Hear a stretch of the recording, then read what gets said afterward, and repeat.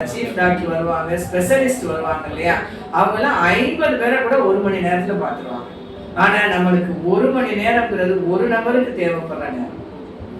அவங்களோட பேசி நாங்க என்ன பண்ணுவோம் அப்படின்னா, அந்த பேஷண்ட் நடந்து வரையிலேயே அவங்களுடைய நடைய வச்சு அவங்களுக்கு என்ன ப்ராப்ளம், அவங்க வந்து சிட்டிங்ல உட்கார்ந்ததுக்கு அப்புறம் அவங்களுடைய பேச்சை வச்சு, இதெல்லாம் அக்குபஞ்சர்ல இருக்கு.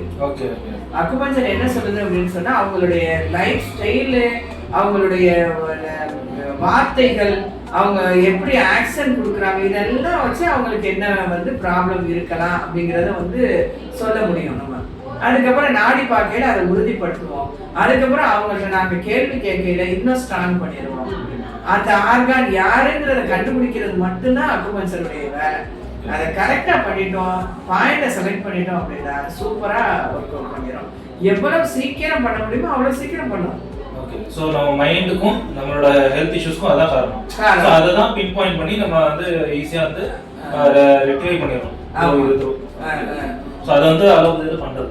ஆமா, அவங்க எல்லாமே என்ன அப்படின்னா லேப் டெஸ்ட் அந்த மாதிரி தானே.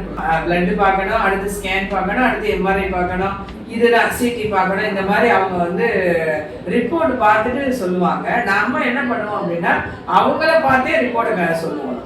அதுதான் இதுக்கும் அதுக்கும் உள்ள டிஃபரெண்ட்.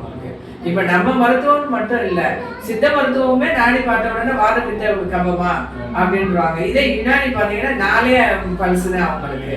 லிவர், பிரெயின், கிட்னி அப்படி சொல்லிட்டு 4 பல்ஸ்ல அவங்க கரெக்ட் பண்ணிக்கிறாங்க. யுனானி மருத்துவம் சரிப்படுத்திடுவாங்க.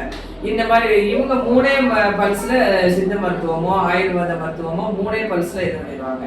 நம்ம என்ன பண்றோம்னா 6 பல்ஸ் பாக்குறோம். 12 உறுப்புகளுக்கு 6 பல்ஸ் பாக்குறோம்.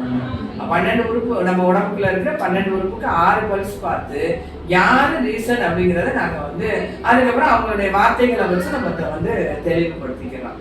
ஆர்கானை கிளியர் பண்ணிட்டோம்னா அதனால வர்ற எந்த நோயா இருந்தாலும் அது சரிப்படுத்திக்கலாம்.